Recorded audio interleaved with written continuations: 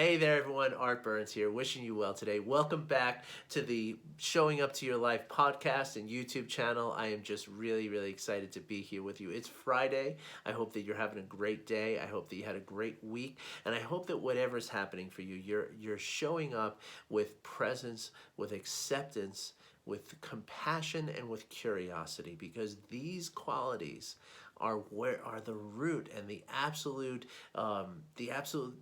ability for us to be happy, because as I talked about yesterday, happiness and well-being, right, they are skills, and skills can be developed through practice, right? And this week we've talked about a lot of these really important skills, right? We've talked about non-identification of our emotions and our situations and roles in our lives.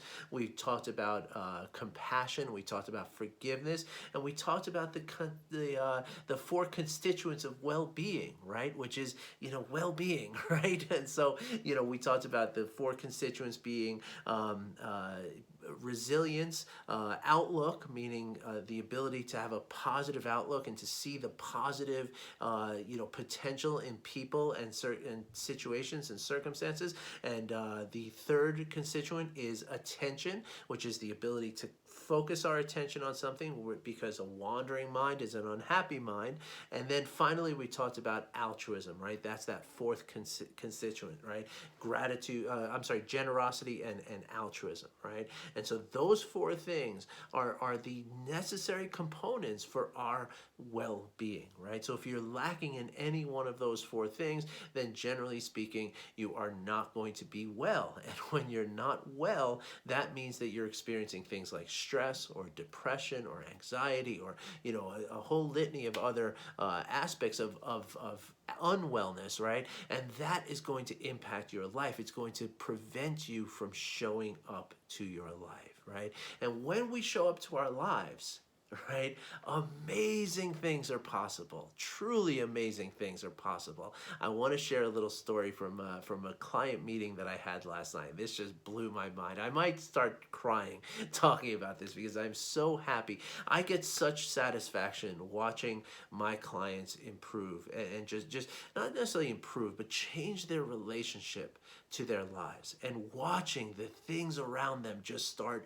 getting better and going right, and being, watching people become happier and more fulfilled and more, just more well, right? Their well-being is increased. And when the well-being is increased, things just fall into place. So and I've had plenty of clients that I've watched people change their relationships of their families and their parents, their children. I've watched people, completely change their relationship to their jobs and their employers and their managers and their reports and all of that. I have even a client who shaved 10 strokes off his golf game, right? Like I've seen it all. But what my wonderful friend and client last night said to me just really blew my mind, So, and I do consider my clients friends, because we tend to work for a pretty long time. I mean, generally speaking, I have sort of a 12-week program that's like kind of the minimum that you need to kind of get this stuff going in your life. And yeah, there are some people who complete the 12 weeks and they're like, okay, Art, I love you, thanks, it was great, I'll see you soon, take care, I'll be in touch.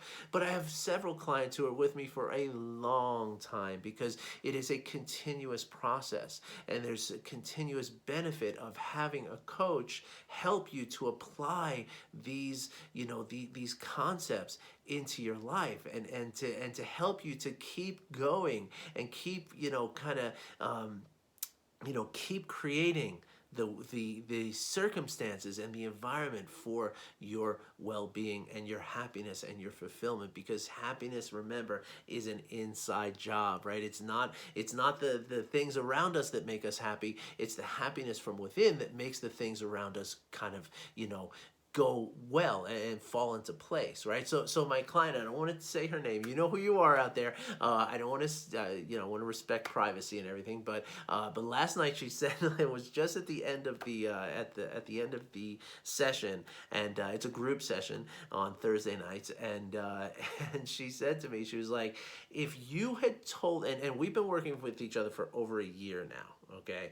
And she told me that if you had told me a year ago that I would have been able to make these changes in my life, and that my life would look the way it does right now, I would have called you a snake oil salesman and I would have run away from you, right? Because of course I know better than to tell people that, because it sounds just insane, right? It sounds absolutely unreasonable to think that people can change things, right?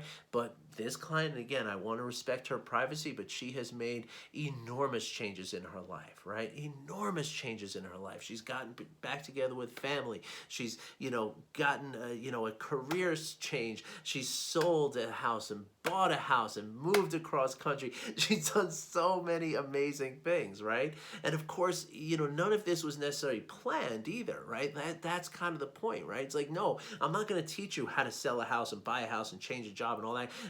I'm not an expert on any of that, but I'm going to show you how to be present with what you're doing as you're doing it. And that is what's going to enable you to sell a house, buy a house, change a job, move to a family, and do all the things that you do, right? And again, this is just one story out of so many, but I just thought the way that she said that she would have called me a snake oil salesman and run away from me, I thought that was just amazing. So I guess I'm laughing more than I'm crying here, but I was really, really touched, because again, when I see my clients just make these amazing changes in their lives and really connect to their happiness, right? Which of course, in my case with what I work with, it starts with stress reduction, right? Because stress is something that keeps us all from being that present, right? And keeps us from those constituents of well-being, right? Like, because when we're stressed,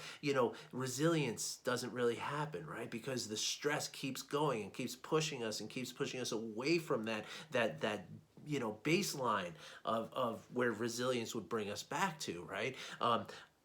Outlook, when we're in the stress response, and 77% of American adults live with chronic stress, meaning every single day they're getting into stress, they don't have a positive outlook, because you're driven by fear at that point. You're driven by the thinking of the worst possible case outcome, right?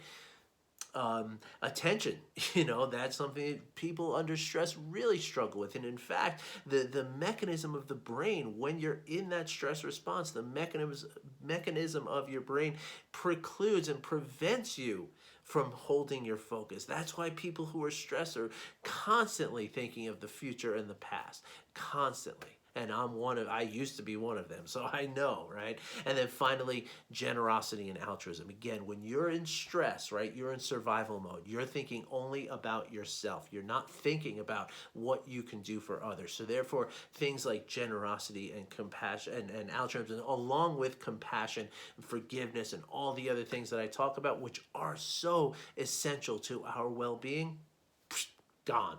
There's none of that for someone who's dealing with chronic stress on a high level, right? Which, again, almost 8 out of 10 American adults are experiencing, right? So people who are feeling that way, if it's not you yourself, right? And so that's why this is so urgent, right? Because so many people are out there. And the problem is, right? And this is why I talk about showing up to life, right? That when you're in that stress response, right? And you're in that survival mode, you're not there for life, right? You're not there for the people in your life. You're not there for the pets in your life. You're not there for the job in your life. You're not there for the cars and the everything, all that stuff that you have.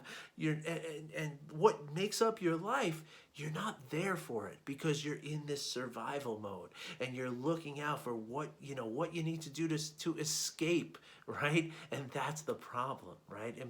And that's why the first thing that we do is we get that stress down, right? And that's one of the most beautiful aspects of mindfulness, right? The ability to reduce our stress, and that really comes from the very basic sort of the thing that makes all of this possible, right? The thing that makes the forgiveness possible, the compassion possible, the 4 constituents of well-being possible, the non-identification, the thing that makes it all possible is the simple concept of non-judging awareness. All right, and that's it, and that's actually what that's a way to describe it, to define mindfulness. There's many different ways that people have chosen to define mindfulness over the years, right? So you have somebody like John Kabat-Zinn, who takes a very sort of scholastic or scholarly kind of approach to the definition. He calls it paying attention on purpose in the present moment, non-judgmentally. Right, that's John Kabat-Zinn's definition of what mindfulness is. And then you have somebody like Jack Kornfield, who uses a much more poetic way to describe it. And he calls it loving awareness. Right, which is, love is arguably the absence of judgment. Right, when you love something, you don't judge it, you accept it for exactly what it is. Right, and so that's what we're talking about. Right, that non-judging awareness, moment to moment, is what mindfulness is all about. And so let's talk about non-judging awareness for a few moments. And I've done this, in other videos, so you can certainly search through the other videos on the YouTube channel or the podcast audios and find more versions of this kind of, talk here, right? But it's so essential and it's so important that I feel like it's worth, revisiting, right? And especially because, again, the non-judging awareness is what makes all of the things that I've talked about these last 4 days, makes it possible. In fact, it makes everything that I talk about in this podcast and in this YouTube channel possible, right? Is the non-judging awareness. So what is non-judging awareness? A lot of times when I mention the word non-judging, right, people have a tendency to consider that in the context of a moral judgment kind of thing, right? So and sometimes I see people kind of like step back, like, whoa, what do you mean? Like, like I think certain things are right and certain things are wrong, and those are the principles that guide my life, and I'm not going to give those up, and I'm not asking you to, and that's great, right? Like, I'm not asking you all of a sudden to be like, okay, yeah, I can kill somebody or I can do something, incredibly, immoral in my opinion, and that's going to be okay, and that's going to reduce my stress. No,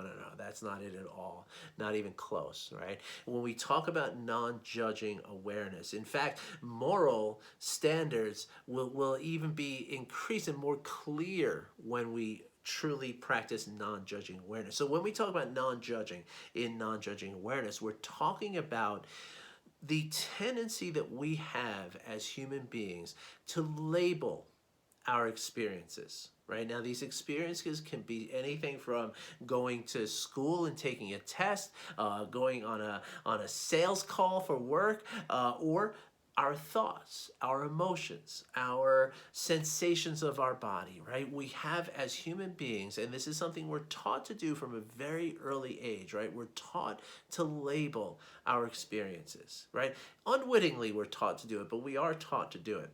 We're taught to label our experiences as either good experiences or bad experiences, right? Now, the label in and of itself, not really the end of the world, right? But once we label something as good or as bad, what we automatically now are going to do as human beings is we're going to cling to the good, and we're going to push away and try to avoid the bad. That's where the trouble starts, okay? When we are clinging to something good, right, what happens then, that triggers that fear-based stress response, right? Because we're worried about losing something that we really want, right? And again, when we consider losing something that we really want, right? Like, just think about what that sentence is saying, right? We have it right now, right? This thing that's happening that we judge as good is happening right now, so there's nothing to lose, right? It's here with me right now. As soon as I think about what if something happens and I lose it, I'm all of a sudden in the future, right? Or I might be in the past. I might be thinking about, like, well, why didn't I prepare better for this so that I, whatever. But the thing is that you're not right here, right now, right? And as soon as you start thinking about an outcome, that's when the emotion of fear sets in. And when the emotion of fear sets in, that's when the stress response starts, right? And so that's the clinging to the good. And then the trying to avoid the bad, right, is the same thing, right? Except now we're rushing to the future, right? Because we are experiencing this bad thing right now, and we want it to be over, right? Like that's what we're taught about. As soon as something is bad, we need to get it away from us. We need to fix the bad into a good, right? So what does that mean? That means I have to get to a future where this bad thing is no longer happening. And then I'll finally be happy and I'll finally be okay, right? And so it's the labeling of things that creates this clinging and this aversion that we have, right? And in fact, it creates a delusion as well, right? Because when we label things as good or bad, we're all of a sudden, creating all these different attributes for this thing that aren't really true, right? And so let's talk about a couple of ways in which we can apply non-judging, or how judgment can be avoided in some of the things that we do in our lives, right? So, and again, this can be anything from an experience to just a thought, right? One of the ways I really like to describe this, how a thought is just a thought, right? So if you look at someone and you label them as a tall person, right? They're only a tall person when you're comparing them to someone who is short, right? And then again, that label itself, right? Like if I consider somebody tall, right? Like let's say I have somebody who's 6'6" tall, right? That's a pretty tall person. It's taller than me, so I'd be looking up at the person, right? And so that is tall, right? But put that person next to a professional basketball player, and all of a sudden, not so tall, huh? Right? And now, if I consider somebody short, right? Somebody who's 5'7", right? I'll be looking down at this person. That person to me is short, right? But if I put that person next to a professional jockey, all of a sudden they're looking pretty tall, aren't they? They are certainly, if you had a 5'7" person in a room full of jockeys, be the tallest person in the room, right? If you have a 6'6" person in a room full of professional basketball players, be the shortest person in the room, right? So where is it that we get this judgment of somebody being tall or somebody being short, right? It's all based on our own perception. Right? And so therefore, it's much more fruitful and much, frankly, easier to consider a person is just a person. They're neither tall nor short until you place them in an environment that makes them either tall or short, right? Until you take that person, put him in a room full of jockeys or put him in a room full of basketball players, right? That's the only time when it becomes tall or short, because tall and short are, comparative terms, right? So instead, the person is just the person, right? And so when we label something, that's the same thing as judging it, right? Is if I'm labeling somebody as short, that means I'm judging them to be short, right? But they're not short. They're just a person, right? They're only short when I put them next to somebody who I judge as being tall, right? And so the same thing can apply to our thoughts, right? A thought is just a thought, right? There are no good thoughts and there are no bad thoughts. There are just thoughts. And anything that we consider good or bad about them is our own judgment that we put on them, right? Same thing goes for emotions, right? There are no good emotions or bad emotions. There are emotions that don't feel pleasant, right? There are emotions that feel very, physically pleasant, right? But that doesn't mean one is good and one is bad, right? It just means one is favorable and the other is not favorable. But you can learn from both of them, right? And in fact, an uncomfortable emotion, right, is as valuable as a comfortable emotion, because it's probably driving you away from something that is going to hurt you, that potentially poses some sort of risk to you, right? So it's not a bad emotion. It's actually a very good emotion. It's very helpful to you, right? So how can we consider it bad, right? Same thing with sensations in our bodies, right? And this is something we're really taught as children and as, even adults and throughout our lives, right? We're taught that the immediate moment, the second that something feels painful, right? What we're doing is what we're supposed to do then is to relieve that pain, right? Because we consider pain as something bad and it's something to be avoided, right? Whereas the absence of pain is something good and that's something to be grasped onto, right? Cling to, right? But the reality is that actually pain is something that's very, very beneficial to us, right? Pain is our body calling out for attention that it needs.